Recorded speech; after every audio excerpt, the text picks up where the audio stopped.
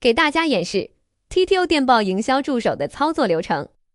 我们为客户提供更多的出海方案，走在行业的前端。那废话不多说，接下来我们先准备一个空的 TG 号，可以看到号里面什么内容都没有。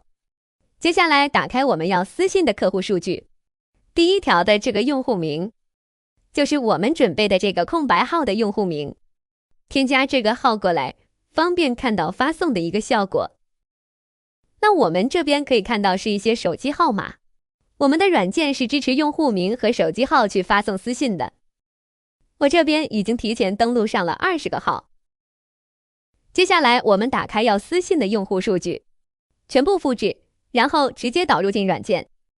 可以看到真的是非常方便。然后导入我们的广告词，这边我提前预设了广告词导入进来是这样的效果。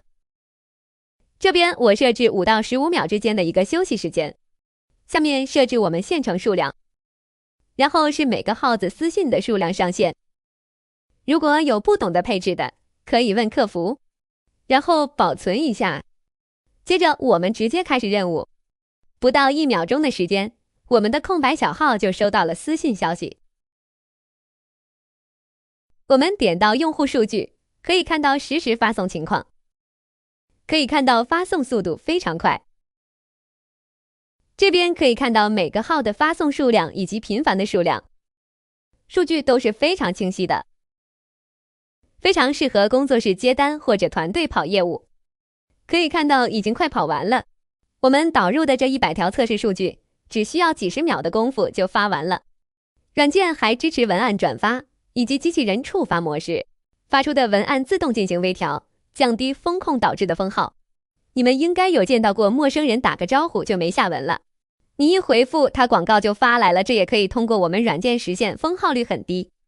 可以看到我们的数据已经发完了，有很多手机号码不存在导致私信失败的。我们来筛选一下看看有没有冻结或者封禁号，只有1个频繁，其他都正常，数据还不错。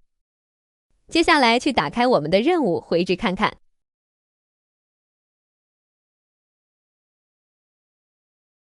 这边可以看到每一次私信的数据时间也是精准到秒的。如果是自己接单的老板，直接把这份回执给客户就行了。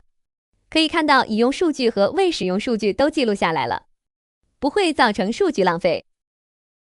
如果你在其他商家得不到合适的解决方案，那你可以来找我们。欢迎交流，共同进步。